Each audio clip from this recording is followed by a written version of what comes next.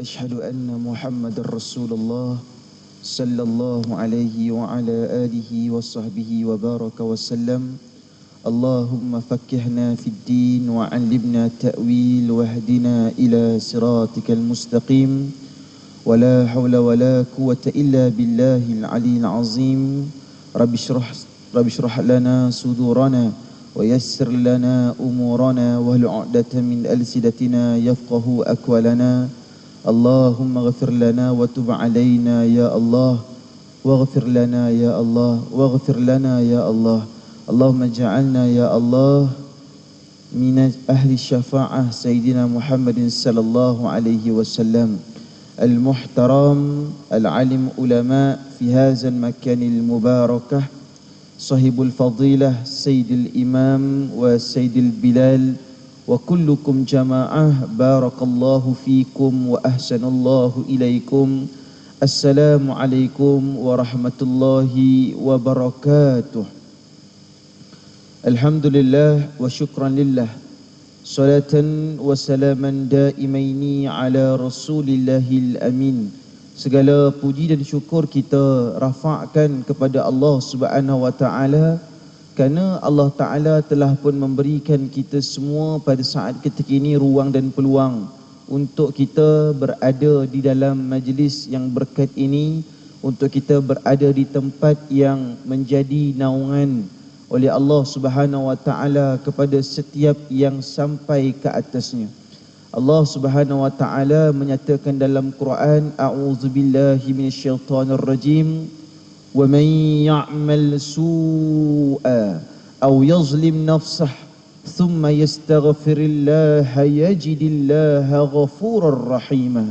Kata Allah Subhanahu wa taala, barang siapa yang dia melakukan perbuatan-perbuatan yang buruk, para jemaah sekalian, au yazlim nafsahu, ataupun dia menzalimi dirinya sendiri, thumma yastaghfirillaha yajidillaha ghafurar rahima, maka apabila dia beristighfar kepada Allah Subhanahu wa taala, maka pada saat ketika itu, masya-Allah tabarakallah, dia ini termasuk daripada golongan yang akan dapat melihat betapa Allah Subhanahu wa taala ini adalah merupakan satu zat ataupun suatu Tuhan yang sangat mengampunkan, yang sangat bersifat Rahman, yang sangat bersifat Rahim, yang sangat terbuka dalam menerima sesuatu martabat dan keadaan hambanya.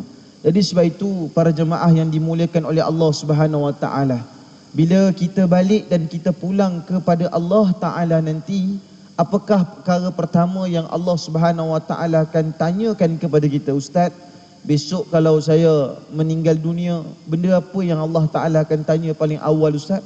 Disebutkan dalam hadis riwayat Tirmizi, hadis nombor 413, kata Nabi SAW, inna awwala ma yuhasabu bihil abdu yawmal qiyamah, sesungguhnya perkara-perkara pertama yang akan dipertanyakan oleh Allah Subhanahu wa taala ketika mana seseorang itu masuk ke dalam alam penghisaban, masuk ke dalam alam yang akan menyebabkan dia menghadapi pertanyaan daripada Allah Subhanahu wa taala, maka dikatakan bahawa ketika mana dia sampai min amalihi salatuhu, Allah akan tanya dulu apa yang dia buat ke atas dunia ni dengan solat dia.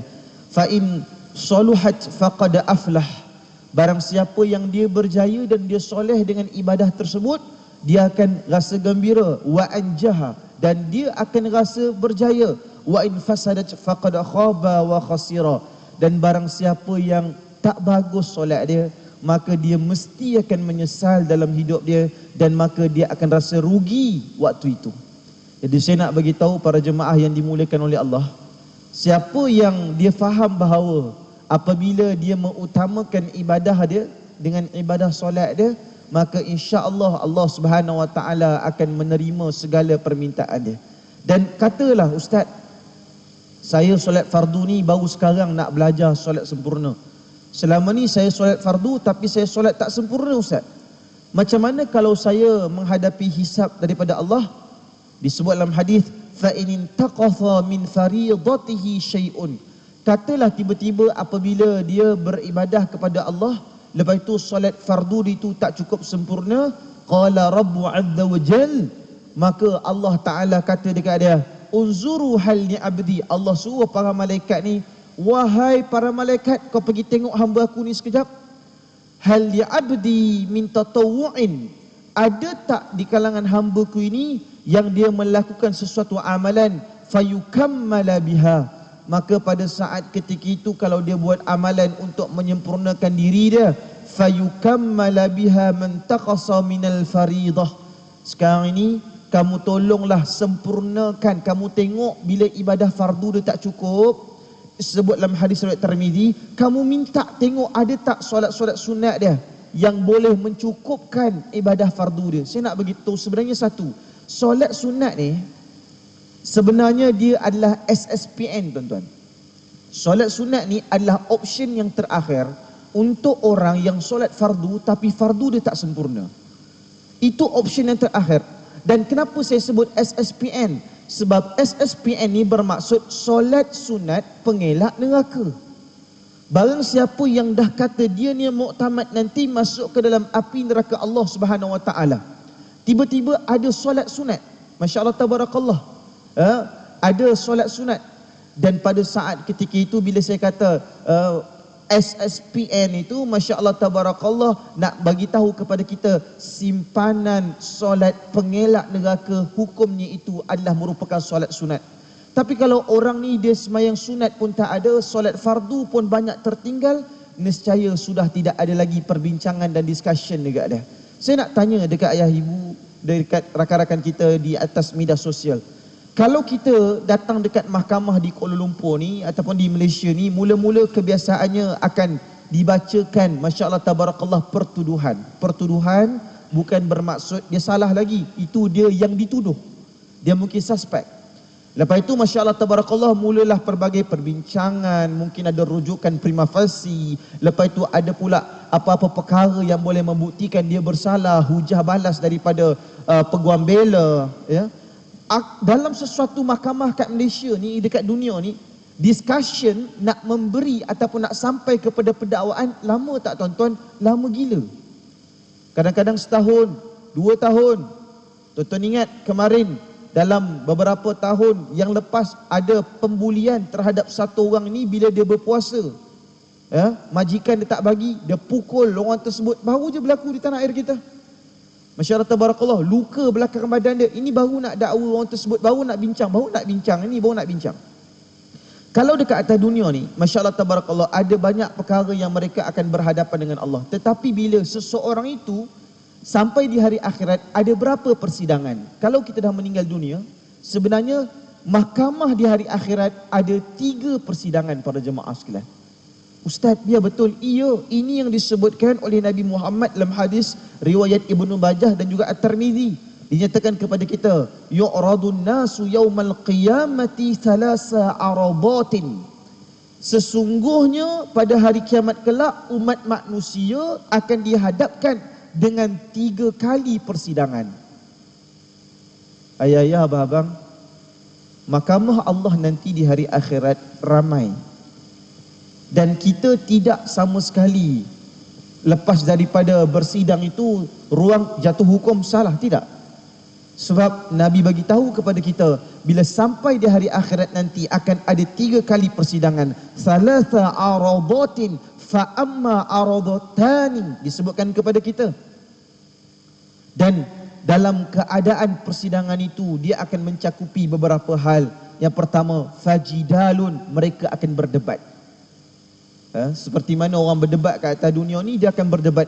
Wa ma'aziru, dan dia akan pula memberikan alasan. Jadi pada 2 persidangan itu, antaranya dia akan bagi tahu perdebatan, bergaduh.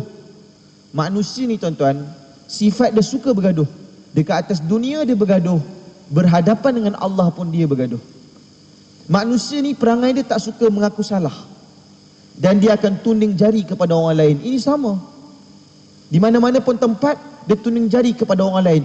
Manusia menunding jari pada kelemahan orang lain dekat atas dunia, dan manusia juga menunding jari di atas kesalahan orang lain ketika mana berhadapan dengan Allah, saudara.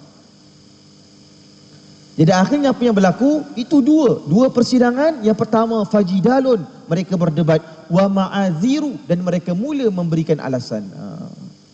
Dan pada saat ketika itu, wa amma thalithatu, dan apabila masuk pada persidangan yang ketiga, fa inda zalika tatirus suhuf, masuk pada persidangan yang ketiga, barulah diberikan kepada dia buku catatan amalan dia. Ya, biasa kita dengar cerita bila meninggal dunia terus dapat buku catatan. Tak, sebenarnya tuan-tuan, buku catatan dia dapat setelah mana habis persidangan. Dia bukan datang-datang terus ambil. Sebab apa disenjatakan kepada kita? Ketika mana dia sampai kepada Allah Subhanahu Wa Taala, pada saat ketika itu, fa inda zalika tatirus suhuf fil aidi fa akhidhun bi yaminihi wa akhidhun bi shimalihi. Bila dia sampai kepada Allah, pada saat ketika itu, lepas dah habis semua persidangan, barulah dia ambil buku catatan dia daripada tangan kanan ataupun daripada tangan kiri dia. Sebenarnya di hari akhirat, bila kita mula mengambil buku catatan amalan, sebenarnya sudah bermula azab untuk diri kita. Itu dia. Bila dah dapat buku catatan, kita ambil, kalau benda tu baik, kita dah mula rasa nikmat. Tapi bila kita ambil pada saat ketika itu tak baik, maka pada saat ketika itu, Masya Allah Tabarakallah, ianya menjadi satu perkara yang buruk kepada kita, dan ianya betul-betul menyakitkan para jemaah yang dimuliakan oleh Allah Subhanahu Wa Taala. Sebab itu Masya Allah Tabarakallah, pada saat ketika itu kita nak minta agar Allah Subhanahu Wa Taala tidaklah menghukum kita dengan seberat-berat hukuman. Kerana kalau Allah Ta'ala menolak kita, kalau Allah Ta'ala tidak menerima kita, dan kalaulah Allah Subhanahu Wa Taala membuang kita, nescaya tidak ada siapa lagi yang sudi mengambil kita, menyelamatkan kita, dan tidak ada lagi yang sudi untuk mendapatkan kita di hadapan Allah Subhanahu Wa Taala. Jadi sebab itu saudara yang dimuliakan oleh Allah Subhanahu Wa Taala, mesti kita menjadi di kalangan orang-orang yang betul-betul bersungguh-sungguh kepada Allah Subhanahu Wa Taala. Jadi sebenarnya begini, solat fardu ianya digunakan, Masya Allah Tabarakallah, dalam hal keadaan untuk menyempurnakan waktu kita. Manakala solat sunat pula adalah simpanan solat pengelak neraka. Itulah nama dia, solat sunat, bersamaan dengan SSPN, yang dia akan bantu seseorang itu untuk menyelamatkan dirinya daripada azab api neraka Allah Subhanahu Wa Taala. Dan saya nak bagi tahu, Masya Allah Tabarakallah, bila mana kita berbicara soal perjuangan dalam kehidupan, apabila kita berbicara tentang keyakinan dalam pengibadatan kepada Allah, saya nak beritahu bahawa sebenarnya dalam hidup kita ni, tak semua orang sudi dengar cakap kita, tuan-tuan.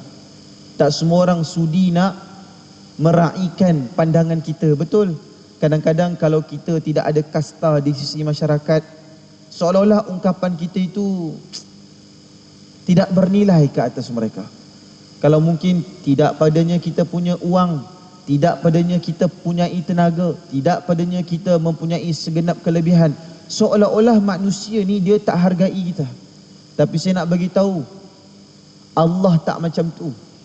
Waktu kita betul-betul tengah tak ada duit, kalau kita cakap dengan Allah, Allah dengar, tuan-tuan. Waktu kita betul-betul tengah sempit, kita cakap dengan Allah, Allah dengar kita. Waktu kita betul tengah rasa kosong, tak ada orang yang boleh tolong kita, waktu tu kita cakap dengan Allah, padahal sebelum ini kita tinggalkan Allah. Allah sudi mendengar bicara kita. Allah tak macam makhluk dia. Makhluk dia ni bercakap dengan soal kepentingan, tetapi Allah, pada Allah, Allah yang mempunyai segala sifat kesempurnaan. Pada saat kita mengenalinya ataupun kita menjauhkan diri kita daripada Allah Subhanahu Wa Taala, nescaya Allah Taala tidak akan pernah mempersia-siakan orang-orang yang bersungguh-sungguh untuk menggapai makna kepada Allah Subhanahu Wa Taala. Sebab itu teman-teman yang dimuliakan oleh Allah, carilah Allah Taala di segenap hati kita, carilah Allah Subhanahu Wa Taala di setiap perjalanan kita, sebab apabila kita bersama dengan Allah, nescaya keselamatan itulah yang memungkinkan kita dapat masuk ke dalam syurga Allah Subhanahu Wa Taala. Dan apa yang kami boleh buat, Ustaz, supaya kami mendapatkan doa yang baik? Kalau kami dapat berdoa supaya Allah berikan kami kekuatan. Dalam hadis yang sahih, antara doa yang Nabi minta kepada Allah Subhanahu wa taala, dalam keadaan itu, Allahumma inni as'alukal huda. Ya Allah, ya Tuhanku, aku minta kepada Engkau, ya Allah, tolong bagi aku hidayah, ya Allah. Wattuqa, berikan kepada aku ketakwaan, ya Allah. Wal afafa, dan berikan kepada aku kehormatan, ya Allah. Wal ghina, dan berikanlah kepada aku, ya Allah, kekayaan. Saya nak bagi tahu para jemaah, kehormatan dengan kekayaan dua perkara berbeza. Ada orang dia kaya raya tapi tak semua orang hormat dia. Ada orang dia kaya tapi orang benci dekat dia. Tuan-tuan pun tahu. Tapi ada orang yang dia dapat kehormatan tapi dia tak dapat kekayaan. Ada orang dia boleh dapat kehormatan, dia dapat kekayaan, dia dapat ketakwaan, dan dia juga mendapat hidayah. Contohnya Sayyidina Abdul Rahman bin Auf. Dia dapat semua tu. Masya Allah, tabarakallah. Ada orang dia dapat hidayah tapi dia tak dapat kehormatan daripada musuhnya. Contoh Ibnu Mas'ud. Ibnu Mas'ud dia tak dapat ghina, dia tak dapat kekayaan. Dia selalu dihina oleh Abu Jahal bahawa engkau ni orang miskin. Dan kau ni adalah orang yang hina dan kau ni tidak ada standard. Dan ada orang juga, Masya Allah, tabarakallah, Allah bagi dekat ada ketakwaan. Takwa dia sangat dahsyat. Takwa dia sangat dalam. Sebab itu saya bagi tahu, Masya Allah, tabarakallah, dalam keadaan takwa dia hebat, tapi Allah Ta'ala tak bagi dekat ada kadang-kadang harta benda. Tuan-tuan cuba tengok kawan-kawan kita yang buat kerja di jalan Allah. Contohlah, rakan-rakan kita yang dia berjalan, kadang-kadang dia keluar banyak hari. Ada sebahagiannya kaya raya, ada sebahagiannya sederhana sungguh. Allah tak bagi dia kemewahan rezeki pun, tapi Allah bagi dekat dia ketakwaan. Tapi Nabi dalam hadis yang sahih nak bagi tahu dekat para jemaah sekalian, ada 4 perkara ni, inilah asas kebahagiaan. Siapa dapat, dia bahagia. 4 ni je. Jadi nak dapatkan 4 asas kebahagiaan ni, inilah asas kebahagiaan yang akhirnya Barat dia modulkan seolah-olah dia kata inilah bagaimana dia nak dapatkan kehidupan yang bahagia. Padahal Nabi ajar, Allahumma inni as'alukal huda wattuqa wal afafa wal ghina. Ya Allah, berikanlah kepada aku hidayahmu, ya Allah. Berikanlah kepada aku ketakwaan kepadamu, ya Allah. Dan ya Allah, ya Tuhanku, berikanlah kepadaku, ya Allah, kekayaan. Yang mana kekayaan ini mudah-mudahan ianya menjadikan setiap daripada kekayaan yang datang kepada kita bukanlah perkara yang menyebabkan kita tak kenal Allah, tetapi kekayaan itu adalah merupakan kekayaan yang menyebabkan kita lebih akrab dengan Allah. Kita ni para jemaah berada di akhir zaman. Zaman yang sangat berat. Antara perkara yang sangat menggerunkan kita zaman sekarang ni, Masya Allah, tabarakallah, macam-macam perkara yang boleh menyelewengkan akidah kita kepada Allah. Banyak. Kelompok Khawarij, kelompok Mujassimah, kelompok Jahmiyah, Masya Allah, tabarakallah, kelompok yang dahsyat. Ini viral pula lagu Salam Yahmadi. Seolah-olah dia memanggil-manggil, menyuruh-nyuruh Imam Mahdi. Sebenarnya kedatangan Imam Mahdi ini, Masya Allah, tabarakallah, dia akan datang pada tepat waktu dia. Sekarang ni kita tak perlu pun menyeru kepada Imam Mahdi, kita perlu menyeru kepada Allah. Kerana Imam Mahdi juga terikat dengan takdir Allah. Imam Mahdi juga terikat dengan keizinan Allah. Dan Imam Mahdi juga, Masya Allah, tabarakallah, yang turun nanti melalui laluan siapa? Imam Mahdi, saudara yang dimulakan oleh Allah Subhanahu wa taala, turun melalui sanadnya Fatimah Zahra. Imam Mahdi ni dia ahlul bait, tuan-tuan. Sebab itu orang-orang soleh dia jaga keturunan Rasulullah sallallahu alaihi wasallam. Boleh jadi, Masya Allah, tabarakallah, orang ataupun dalam keadaan tersebut, Masya Allah, tabarakallah, dia turun dalam keadaan yang sangat dahsyat, maka itu adalah merupakan ahlul bait, keturunan daripada Nabi Muhammad sallallahu alaihi wa ala alihi wa sahbihi wa baraka wasallam. Sebab dalam keadaan itu Nabi sallallahu alaihi wasallam menyatakan, kata Nabi, min ahli baiti, sesungguhnya Imam Mahdi itu daripada ahli keluargaku, Masya Allah, tabarakallah, dan dia daripada kalanganku. Dan pada saat ketika itulah Masya Allah disebutkan kepada kita dalam hadis yang hasan sahih, la tadhhabud dunya hatta yamlikal Arab. Dunia ni tidak akan pernah berlalu pergi sampailah bangsa Arab akan dikuasai oleh seorang lelaki, rajulun min ahli baiti, daripada seorang lelaki keturunanku. Zaman sekarang ni kadang-kadang bila ada orang kata dia mungkin ahli keluarga Rasulullah, boleh pelik-pelik orang kata pesimis, dia kata entah ya, entah betul, entah tidak. Dia cakap macam tu. Tak boleh macam tu tuan-tuan. Kalau kita nak meragukan dia, kita kena ragu dengan salah silah dia dengan betul. Bukan dengan sakaan. Bukan dengan ra'i kita. Semua orang boleh dakwa dia ahlul bait, betul. Tapi tak semua orang menipu. Dan tak semua orang masya-Allah tabarakallah berdusta atas itu. Jadi tak boleh kita buat sangka buruk. Sebab yang akan membela kita nanti, yang akan jadi fighter kita, Nabi dulu. Nabi menyelamatkan umat pada zaman dia, manakala ahlul bait Nabi pula akan menyelamatkan umat di akhir zaman. Itulah Imam Mahdi. Jadi memang peranan keturunan Rasulullah sallallahu alaihi wasallam itu menyelamatkan umat. Oh Ustaz, saya banyak dengar berita-berita yang buruk-buruk ini sebahagiannya, dan saya bagi tahu tuan-tuan, ahli keturunan Rasulullah itu, masya-Allah tabarakallah, bukan semuanya maksum. Mereka tak maksum. Dan itu satu. Yang keduanya, bukan semuanya jadi orang. Bukan semuanya jadi tokoh. Bukannya semua orang jadi molek. Dia mulia atas dasar kerana keturunannya sahaja. Tetapi tidaklah menjadikan kasta dia berubah. Yang ada Said, yang ada Syarifah, ia ada yang jadi artis, ada yang jadi ahli politik, masya-Allah tabarakallah. Itu kan masya-Allah tabarakallah dah tersebar meluas. Tapi pada saat ketika ini para jemaah yang dimuliakan oleh Allah Subhanahu wa taala, Ustaz, macam mana saya nak tahu yang Imam Mahdi itu betul-betul Imam Mahdi, Ustaz? Dalam hadis riwayat Abu Daud, hadis nombor 4285, Nabi kata al-Mahdiyu minni ajlal jabhati. Disebutkan sesungguhnya al-Mahdi itu daripadaku, dahi dia luas. Lepas itu yang paling penting, hidung dia mancung. Kalau tiba-tiba ada orang Melayu tuan-tuan, dia mengaku di Imam Mahdi, padahal tuan-tuan tengok hidung dia ada kesan-kesan budu, belacan dan tempoyak, itu namanya membongak tuan-tuan. Nah, hidung tak mancung pun. Oh, lepas ni yang mancung pula mengaku, sayalah Imam Mahdi. Itu bukan Imam Mahdi, ya nak? Macam itu orang lain tu, masya-Allah tabarakallah.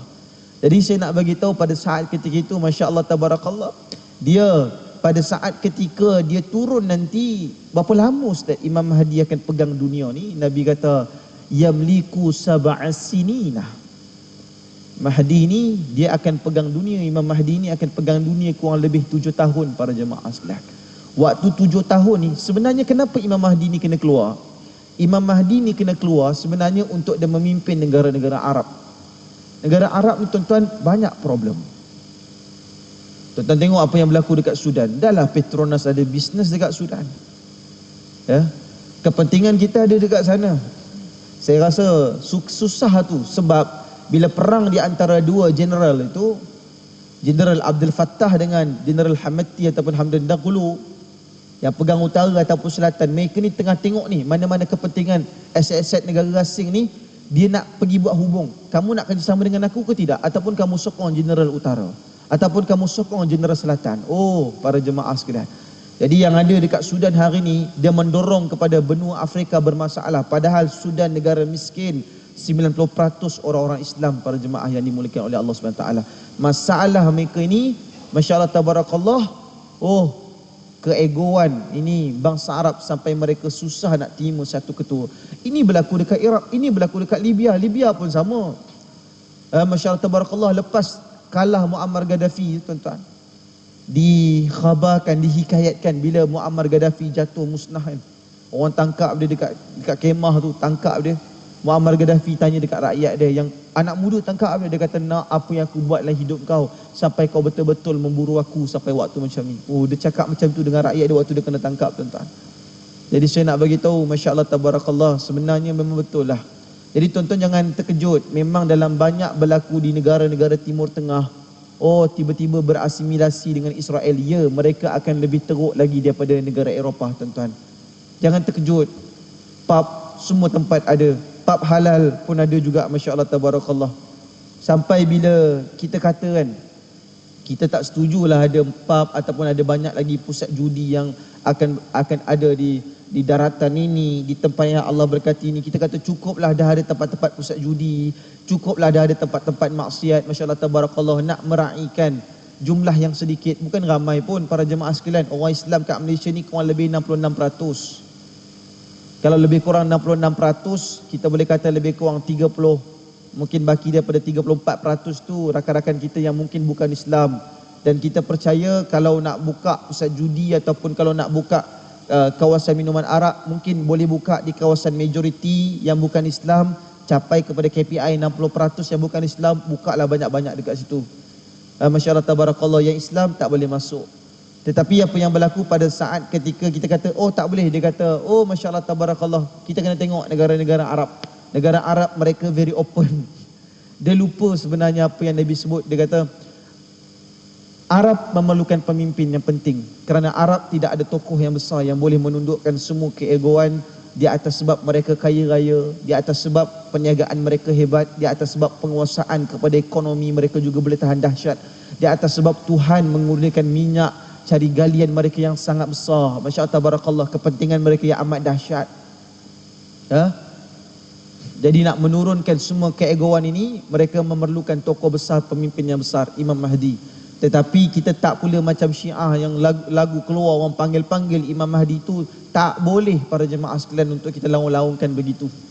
Jadi apa yang paling penting, subhanallah tabarakallah, pada saat dan ketika ini, ketika mana kita sedang berada pada perjalanan akhir zaman yang amat dahsyat ni, tuan-tuan cari Allah. Tuan-tuan berhubung baik dengan Allah. Yang paling penting beramallah banyak-banyak, tuan-tuan. Beramallah banyak-banyak. Bukan dalam keadaan oh minta maaf Ustaz, saya memilih jalan tak beramal. Kalau dia tak nak beramal, dia tak payah beramal. Tapi kalau dia kata Ustaz, saya ambil pandangan tak ada solat sunat sebelum solat Jumaat, tak ada solat sunat sebelum solat Maghrib, saya tak nak buat. Tak nak buat, sudahlah. Tak perlulah kata orang yang buat ni silap, orang yang buat ni salah, masya-Allah tabarakallah. Tak perlu begitu. Tak nak buat, sudah. Sebab saya jamin tidak akan rugi orang yang sembahyang sunat. Oh Ustaz, saya pilih untuk tak nak buat kunut. Kamu tak nak buat kunut, sudahlah. Kerana saya jamin tidak ada orang yang rugi kerana dia buat kunut pada waktu subuh dia. Itu jaminan. Kerana mustahil seseorang yang melakukan kebaikan kepada Allah Subhanahu Wa Taala, maka dalam keadaan tersebut, masya-Allah tabarakallah, yang dia meminta kepada Allah, yang dia merayu kepada Allah, yang dia mengibadahkan dirinya kepada Allah Subhanahu Wa Taala. Kerana jaminan Allah, Allah memberikan jaminan kepada orang yang mencari Allah, pasti Allah datang dekat-dekat dia. Ana inna zanni abdi bi wa ana ma'ahu idza dzaqarani. Aku berada pada sangkaan hamba-Ku dan aku bersama dengannya dengan tak kala ia mengingatiku. Kamu tak nak buat, sudahlah. Tapi jangan sama sekali melewati ataupun memandang enteng kepada orang yang masih tegar dengan wirid, dengan zikir, berjemaah, dengan pengamalan yang sejagat. Kerana masya-Allah tabarakallah, pada saat ketika itu, ketika mana kita menyebabkan seseorang berpaling daripada amal baik, agak-agak amal apa yang diisikan waktu itu? Apa yang dia akan buat? Kalaulah dia tak berwirid, tak berdoa, dia akan buka telefon bimbit. Dia akan turun dulu makan. Maka mileage masa dia dengan Allah kurang. Padahal kita selalu bercakap tentang mileage, tentang perjalanan seseorang itu. Jadi sebenarnya kita nak lebih banyak tempoh dekat dan akrab dengan Allah. Sebab saya tahu tuan-tuan penat, tuan-tuan stres, tuan-tuan rasa kecewa dalam kehidupan. Jadi ubatilah kepenatan itu dengan mencari Allah. Sebab ingat, penat kita akan hilang bila kita tahu Allah selalu bersama dengan kita. Ya, bila kita sujud kita rasa Allah, rukuk rasa Allah, berdoa tanda tangan, ya Allah tolong ambilku ya Allah, hati aku rasa kosong. Aku pegang hati rasa kosong ya Allah, rasa penat sangat. Tuan-tuan, bila tuan-tuan rasa penat sampai hati rasa kosong tu, itu datang adalah kerana tuan-tuan dah anggap masalah dunia lebih besar daripada rahmat dan kasih sayang Allah. That's why hati rasa kosong gila. Jadi mudah-mudahan Allah menyelamatkan kita daripada keadaan ini. Yang baik itu datang daripada Allah. Fakir miskin, banyak kejahilan datangnya daripada diri saya sendiri. Hakikatnya semua datang daripada Allah Subhanahu Wa Taala. Marilah sama-sama kita berdoa insya-Allah. A'udzubillahi minasyaitonirrajim. Bismillahirrahmanirrahim. ربنا ظلمنا أنفسنا وإن لم تغفر لنا وترحمنا لنكونن من الخاسرين Rabbi yassir wa la tu'assir, Rabbi tamimil khair. Wa sallallahu ala sayyidina Muhammadin wa ala alihi wa sahbihi wa baraka wa sallam. Walhamdulillahi rabbil alamin. Assalamualaikum warahmatullahi wabarakatuh.